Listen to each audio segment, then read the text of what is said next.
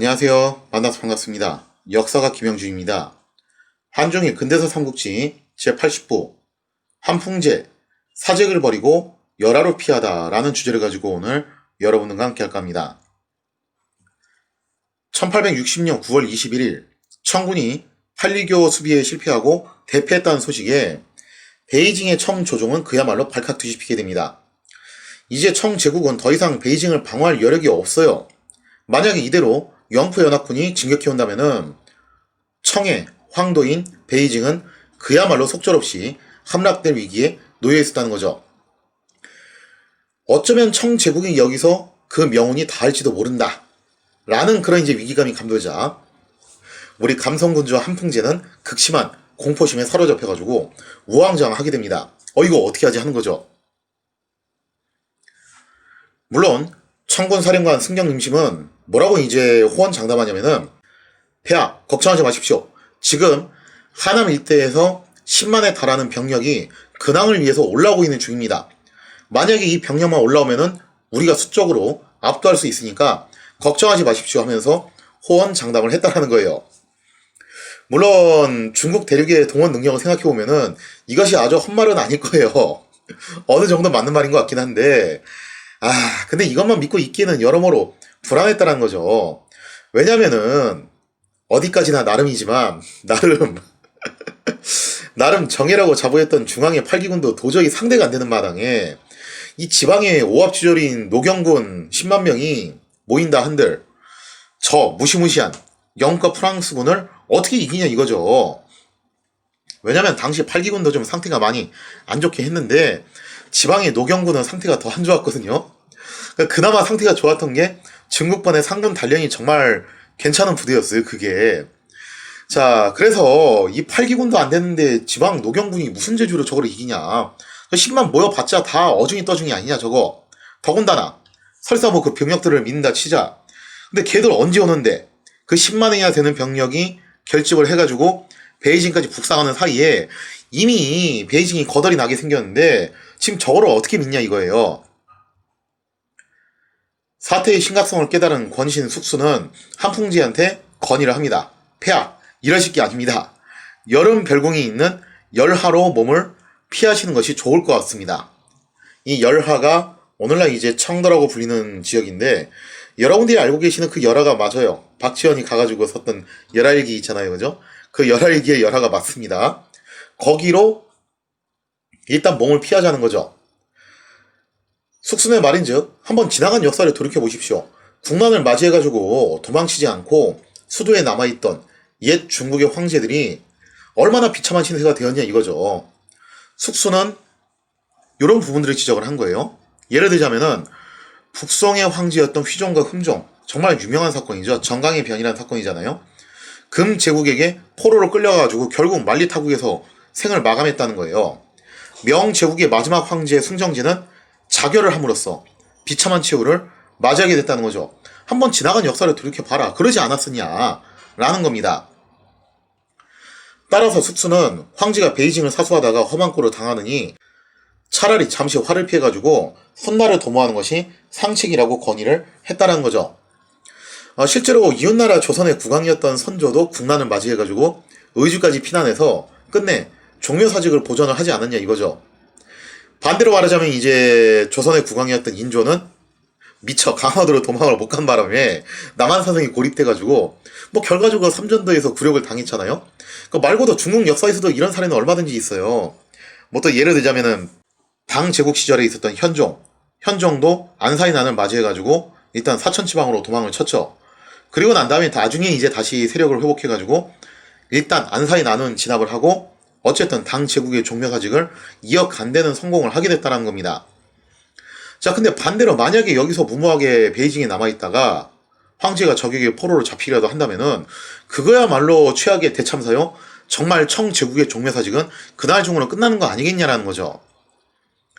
물론 숙순의 주장에 많은 신하들이 또 반대를 하고 나섭니다. 뭐 사실 이게 또 그렇잖아요, 그죠? 조선에서도 선조가 의주로 피난을 갈 때 모든 신하들이 찬성을 했던 게 아니죠. 결사항전을 주장했던 신하들이 당연히 존재를 했어요. 특히 신하들이 가장 우려했던 부분이 이거였어요. 왜냐면은 선조 같은 경우는 어쨌든 간에 일본군이 한양에 오기 전에 그나마 좀 이제 체계적으로 도망을 가는 케이스예요. 그런데 이거는 지금 영국과 프랑스군이 진짜 말 그대로 코앞에 있어요. 그 상황에서 급하게 지금 도망을 가야 되는 그런 입장인데, 만약에 그런 상황에서 혹시라도 황족 중의 일부가 영국과 프랑스군 측의 손아귀에 넘어가게 되고, 나중에 영국과 프랑스가 수도를 장악한 다음에 황족 중에 적당한 사람을 아무나 한 명 꼭두각시로 내세운다면은 그거 어떻게 할 거냐 이거죠. 이 또한 역사적 전례가 전혀 없는 이야기는 아니죠. 뭐 황족은 아니었지만 옛날에 이제 송 제국이 정강이 변으로 붕괴됐을 때, 그때 금 제국이 직접적으로 중원 통치를 할 역량이 아직은 안 되는 상황이라 가지고 임시방편으로 송 제국의 대신 중 한 명을 뽑아가지고 황제로 올려서 괴뢰국을 만든 적이 있었어요. 그래서 그런 전례가 있기는 또 있죠. 그래서 혹시라도 그러면 어떻게 하냐 이거죠. 그럼 자칫 잘못하면 두 명의 황제가 탄생할지도 모르는 일인데, 그거 어떻게 하냐 이거예요. 그러나 이미 공포심에 사로잡힌 한풍제는 그러한 후환은 일단 안중에도 없습니다. 일단 급하게 어떻게 하자. 베이징을 떠나서 열하로 피난을 하자. 여기에만 이제 골몰을 하고 있는 상황이었다라는 거죠. 1860년 9월 22일 결국 한풍제와 숙수는 전국을, 참 여기서 이제 얄궂게 되는데, 공친왕 혁흔에게 일임을 하게 됩니다. 그러니까 이 공친왕 혁흔이 한풍제하고 사실은 황제가 되기 위해서 경합을 벌였던 인물이잖아요. 끝내 이제 그 감성 플레이에 밀려가지고 황제 자리에 올라가지 못하고 공친왕이 되었죠. 그리고 당연히 이 공친왕 혁흔은 한풍제 입장에서는 가장 경계해야 될 대상이에요. 그동안 온갖 견제를 다 받고 살아왔는데 막상 이런 상황이 되니까 자기한테 모든 책무를 떠넘기고서 황제는 도망을 치겠다라는 거죠. 자, 그래서 이제 측근들을 대동한 채 한풍제는 열하로 결국 몽진을 떠나게 됩니다. 이로써 황제는 베이징을 버렸고 언제나 참합신세였던 이복 동생 공친왕이 남은 신하들을 이끌고 어떻게 해서든 이 전국을 캐리해야만 했다라는 거죠. 사실상 서양 세력과 일전을 벌일 여력이 없다는 것을 깨달은 공친왕은 남은 방법은 하나밖에 없다. 뭐 그들하고 화친하는 수밖에 없지 않겠냐 라고 생각을 하게 됩니다. 자, 그래서 어쨌든 자기가 지금 현재 정권을 위임받은 상황이니까 영프 연합군에게 사절을 보내서 교섭을 요청을 하게 됐다는 거죠. 자, 이렇게 해서 공친왕이 화친지휘를 하게 됐는데, 근데 어쩐 일인지 영국과 프랑스의 반응이 상당히 냉담했다는 거예요. 영프 연합군은 뭐라고 이제 주장을 하냐면은, 얼마 전 청해 승경 림심이 체포해간 파크스를 비롯한 교섭단체를 인질로 잡았잖아요. 그 인질 39명을 풀어주기 전까지는 그 어떠한 교섭도 할 수 없다라고 선언을 했다라는 거죠. 물론 당연한 요구사항이기도 해요. 자, 그러자 공친왕은 이 요구를 받아들여서 부랴부랴 인질들을 석방하기로 했는데, 여기서 엄청난 대참사가 일어나게 됩니다. 팔리교 전투에서 패배한 다음에 이게 청군 측 사상자가 정말 많이 나왔잖아요. 그래서 분노한 청군 병사들이 일종의 보복행위로 인질 중에서 더 타임즈 기자를 비롯한 20여 명을 난도질을 해가지고 살해를 한 엄청나게 쇼킹한 사건이 발생을 하게 돼요. 이 사실을 보고받은 공친왕은 큰 충격에 빠져가지고 어쩔 줄 몰라 합니다. 이거 어떻게 하지 하는 거예요. 만약에 인질들이 살해를 당했다는 사실을 알게 되면은 과연 영프 연합군이 가만히 있겠냐 이거죠. 그렇다고 이 요구를 끝까지 묵살할 수 있는 것도 아니고, 이거 도대체 어떻게 하면 좋냐 이거예요. 1860년 10월 6일 결국 공친왕이 이렇다 할 결정을 내리지 못하고 시간을 끌게 되자 참다 못한 프랑스군이 먼저 행동에 나서게 됩니다. 프랑스군은 베이징 서북쪽 호수에 위치한 청제국 황제들의 정원인 원명원, 정말 유명한 곳이죠. 여기가 만 가지 정원 중에서도 으뜸이라고 평가를 받는 그런 아주 유명한 휴양지예요. 그 원명원을 습격하기로 결정을 했다라는 거죠. 원명원은 걸륭제가 이탈리아 기술자들을 초빙해서 건축한 온갖 화려한 서양풍의 건물들이 자리잡은 정원이었습니다. 이곳에는 청제국이 자랑하는 정말 갖가지 진기한 보물들이 가득 차 있었다는 거죠. 신기한 조형물들 또한 곳곳에 설치가 돼 있어가지고 뭐 이제 딱 시각이 되면은 조선시대에 있었던 자경루처럼 자동으로 이제 물을 뿜는 그런 분수대도 있었고 온갖 게 다 있었대요. 프랑스군은 이러한 것을 전략 목표로 삼아서 공습을 개시했다는 거죠. 프랑스군이 원명원으로 침공해오자 뭐 여기 지키고 있던 청군 수비대가 있으면 얼마나 있겠어요. 청군 수비대는 제대로 손 한번 써보지 못한 채 전멸이 되었고 내무부 대신 문풍은 이 책임을 지고서 자결을 하게 됩니다. 그 외 나머지 군인들은 모두 도주를 함으로써 프랑스군이 깔끔하게 원명원을 장악을 하게 됩니다. 자, 원명원을 장악한 프랑스군 눈이 뒤집어져요. 왜냐면은 여기에 온갖 진기한 보물들이 사방에 굴러다니고 있다는 거예요. 야, 이거 가만히 있을 수 없지 않냐 이거죠.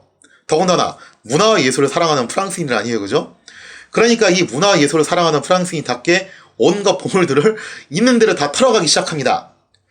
그래서 뭐 일설에는 이때 당시 병사 한 명당 현대 한국 돈으로 수천만 원에 해당하는 그런 소득을 얻었다라는 그런 말이 있을 정도로 그 정도로 엄청난 양의 보물들을 쓸어담기 시작을 해요.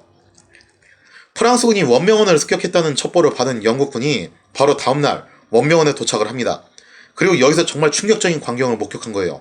프랑스군이 원명원을 점령한 채 약탈의 여념이 없는 경악스러운 모습을 발견했던 겁니다. 프랑스군의 이와 같은 만행에 영국군이 제지를 하면서 막 야단을 쳐요. 야, 니들 지금 이거 제정신을 하는 행동이냐? 어떻게 이럴 수가 있냐? 19세기 대명천지에 남의 나라 문화재를 약탈을 해가지고 어떻게 니들 혼자만 먹을 수 있어? 같이 먹자. 자, 그래서 프랑스군한테 아니 왜 니들 혼자서 이거 다 먹냐라고 하면서 거세게 항의를 했어요. 자, 그러자 프랑스군이 어쩔 수 없이 약탈한 물품의 절반가량을 내놓고서 공동 경매에 붙여서 영국과 전리품을 나눌 수밖에 없었다는 거죠. 그러나 나머지 절반 이상의 전리품은 당연히 프랑스군이 뒤로 빼돌려서 독차지를 했다라고 합니다. 그리고 이때 당시 몽토방 장군도 개인적으로 챙긴 전리품들을 프랑스 황제였던 짜폴레옹 3세한테 진상을 함으로써 환심을 사게 되고 아마 이것 때문에 이제 백작자기를 얻게 되지 않았나라고 이제 그렇게 추정을 하고 있어요. 아무튼 이때 프랑스로 넘어간 원명원의 보물이 거의 한 800점쯤 됐었는데 이 800여 점의 보물들은 퐁텐블로 궁전에 중국관이 조성돼서 오늘날까지 전시가 되고 있다고 합니다. 그리고 그 밖에 이제 개인 경매에 붙여져가지고 팔려나갔던 원명원의 보물들은 세계 각지로 흩어졌다가 요즘도 이제 가끔씩 경매장에 나온대요. 그러면은 중국인들 중에서는 이제 부자들이 있잖아요, 그죠? 좀 나그럼 이제 애국심이 있다라는 부자들이 그 원명원의 보물들을 사가지고 국가에 이제 기증하는 그런 일들을 지금도 하고 있다라고 하죠. 어떻게 보면은 중국인들 입장에서 정말 씻을 수 없는 치욕적인 역사가 새겨진 거죠. 이처럼 영프 연합군의 무자비한 원명원 약탈에 공신왕은 정말로 큰 충격에 빠지게 돼요. 이대로 있다가는 자금성도 불타게 생겼다 라는 판단하에 일단 급한 대로 남아있는 생존자들이라도 모두 석방할 것을 명했다는 거죠. 더 이상 시간 끌 단계가 아니라고 본 거예요. 이에 인질로 잡혀있던 파크스 일행은 그야말로 구사일생으로 목숨을 건져서 귀환을 할 수가 있게 되었습니다. 자, 영국과 프랑스 진영으로 귀환한 파크스는 인질 살해 사건의 전말을 낱낱이 보고를 했다라는 거죠. 그러면서는 이제 뭐라고 단서 조항을 다냐면은 물론 청 제국이 이런 야만스러운 짓을 저지르긴 했지만 그래도 지금 정권을 위임받고 있는 공신왕은 말이 좀 통하는 사람이다라는 그런 단서 조항도 좀 이제 알려주게 돼요. 이 충격적인 소식에 영프 연합군은 그야말로 뚜껑이 열려서 대경노하게 됩니다. 자, 그래서 이제 영프 연합군이 뭐라고 결정을 내리냐? 이거 그냥 넘어갈 수 없다. 살해당한 교섭단의 복수를 위해서 한 번 더 무력 시위를 할 필요가 있다는 것을 천명하게 됩니다. 자, 그러면서 베이징은 그야말로 풍전등화의 위기에 놓이게 되었다는 거죠. 황제는 도망을 쳤고 황제의 휴양지인 원명원은 약탈을 당했고 그리고 분노한 영프연합군은 베이징을 향해서 진격해오고 있습니다. 지금 베이징은 완전 무력한 상태로 적에게 야들야들한 뱃살을 그대로 드러내놓고 있는 형국인데 과연 공친왕은 이 위기를 극복할 수 있을 것인가? 거기에 대한 이야기는 다음 시간에 이어서 계속하도록 하겠습니다.